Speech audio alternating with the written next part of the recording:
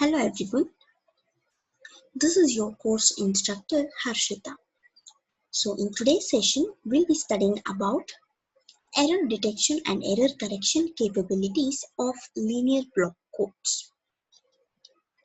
So in any communication system, while the data is being transmitted from source to the receiver or from transmitter to the receiver end, the errors are likely to occur. So these errors have to be corrected. Before the correction of these errors, it has to be detected. So, error detection and also correction capabilities of the linear block codes will be studying today. So, before that, we need to understand something called Hamming weight. Hamming weight of a code vector, which is denoted by C, is given by the number of non-zero components in that code vector. So it is defined as the number of non-zero components of code vector C. So for example, let's consider a sequence of 1, 1, 1 and 0. So it is a 4-bit sequence. We have 1, 1, 1 and 0. The number of non-zero components in this code vector is 3 because there are 3 non-zero components, that is 1, 1, 1. Another one is 0. So since there are 3 non-zero components, the Hamming weight of the code vector 1110 is 3. So like that we will find out the Hamming weight. Next we have Hamming distance. So we need to understand what the Hamming distance is. So before that, let's consider two code vectors, namely C1 and C2. So the number of components in which the C1 and C2 will differ, we call it as Hamming distance. So Hamming distance is nothing but it is defined as the number of components in which they differ. So we'll consider an example to understand the concept of Hamming weight and Hamming distance. So for now, just understand the definition of that. The minimum distance of a block code is the smallest distance between any pair of code words in the code. We'll understand about this statement also after solving an example. Next, there are two theorems in this concept of error detection and error correction. So the first theorem is the minimum distance of linear block code is equal to the minimum weight of any non-zero word in the code. So now, what is this minimum distance? That is, we studied about Hamming distance, isn't it? That is, we consider two code words C1 and C2. The number of components by which they differ, we call it as Hamming distance. So that minimum distance of a linear block code is equal to the minimum weight. Minimum weight is, that is, we studied about Hamming weight, isn't it? What is the Hamming weight? The number of non-zero components in any code word, we call it as Hamming weight. So that they have referred to as the least value, will consider it as minimum weight of any non-zero word in the code. So we need to prove that the minimum distance of a linear block code is equal to minimum weight of any non-zero word in the code. So how do we prove that? The minimum distance cannot be greater than the weight of the minimum weight of a non-zero code. So this minimum distance, that is the number of components by which the two code words which are being considered, will not be greater than the weight, the minimum weight of this non-zero code word. Even if it is less even if it is less, the sum of the two code words, that is the consecutive code words, is a code word which is having a lower weight than the minimum weight. If we consider this condition, so this is very impossible. So we can say that minimum weight is equal to minimum distance in case of linear block codes. This is about theorem 1. Next we have a problem to solve regarding this. Now you'll understand the theorem in detail and the Hamming distance and the Hamming weight. So we have a generator matrix for a 6,3 block code which is given as G, and we are supposed to find the code words for this code. We have already solved a problem regarding this, and we have also found out all the code words. So how do we find the code words? Code words is given by C is equal to D into G. What is this D? That is nothing but the data or the message vector. So for the message vector 111, the code vector is given by 111, this matrix, the message vector, into the generator matrix which is already given. Okay, so after multiplication we'll get C is equal to 1 1 1 0 0 0. So like that we'll find out all the code vectors, and we'll get the code vectors as tabulated here, and we are supposed to write the Hamming weight across the respective code words. So here, what is Hamming weight? Hamming weight is the number of non-zero components.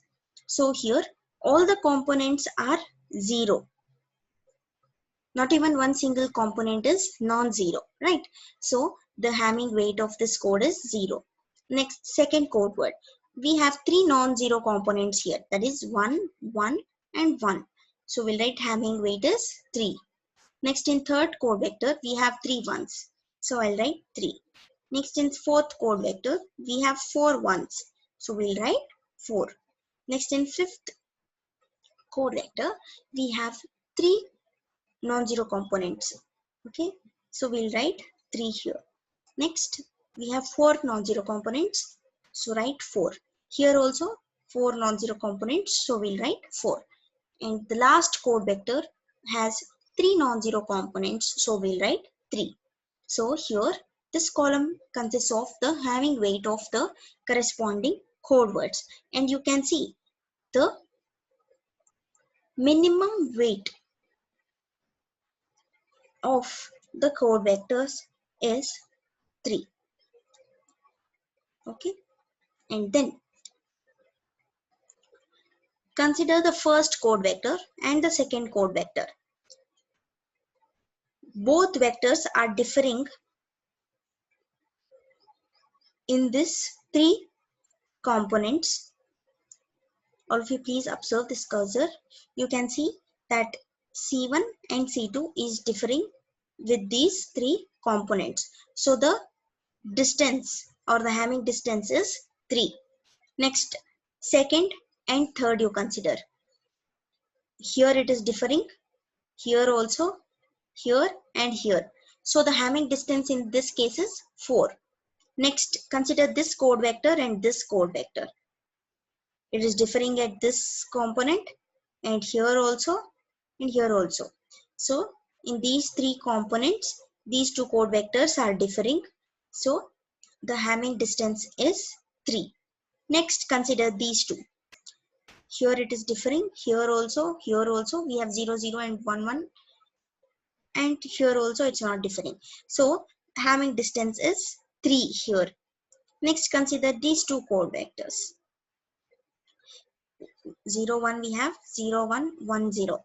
So here also minimum or the Hamming distance is 3. Next, consider these 2 code vectors.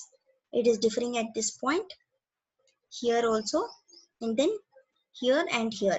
So the Hamming distance in this case is 4. Next, consider these two code vectors. 0, 1, 1, 0, 1, 0 we have. So the Hamming distance is 3.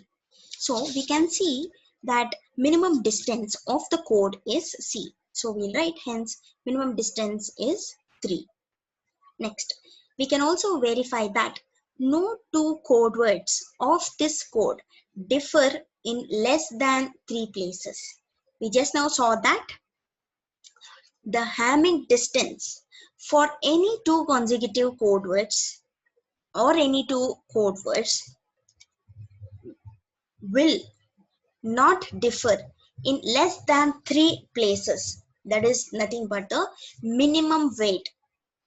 3 is nothing but the minimum weight, and the Hamming distance also does not decrease beyond this minimum weight.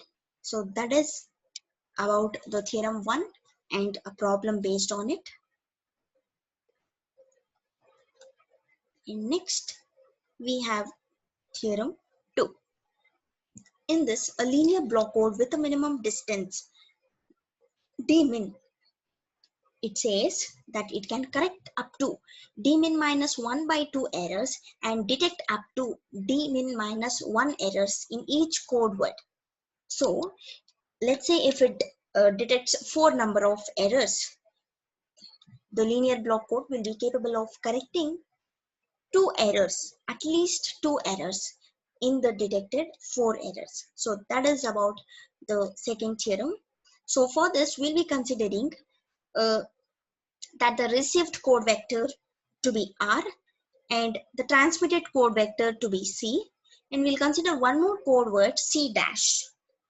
Okay, then the Hamming distance between the code word that is being transmitted, that is C, and the another code word assumed, that is C dash, is denoted by C, D of C comma C dash, and the Hamming distance between the transmitted code word and the received code word is denoted by D of C comma R, and the Hamming distance between the assumed code word, any other code word C dash, and the received code word R, we'll be denoting it as D of C dash comma R.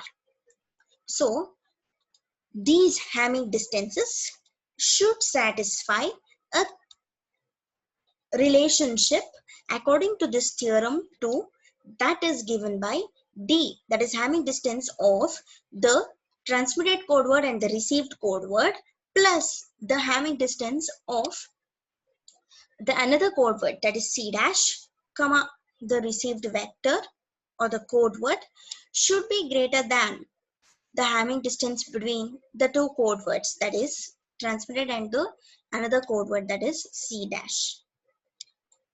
So this relationship should be satisfied according to this theorem.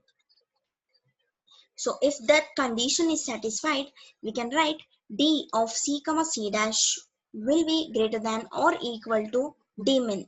This D min is nothing but minimum Hamming distance. Okay.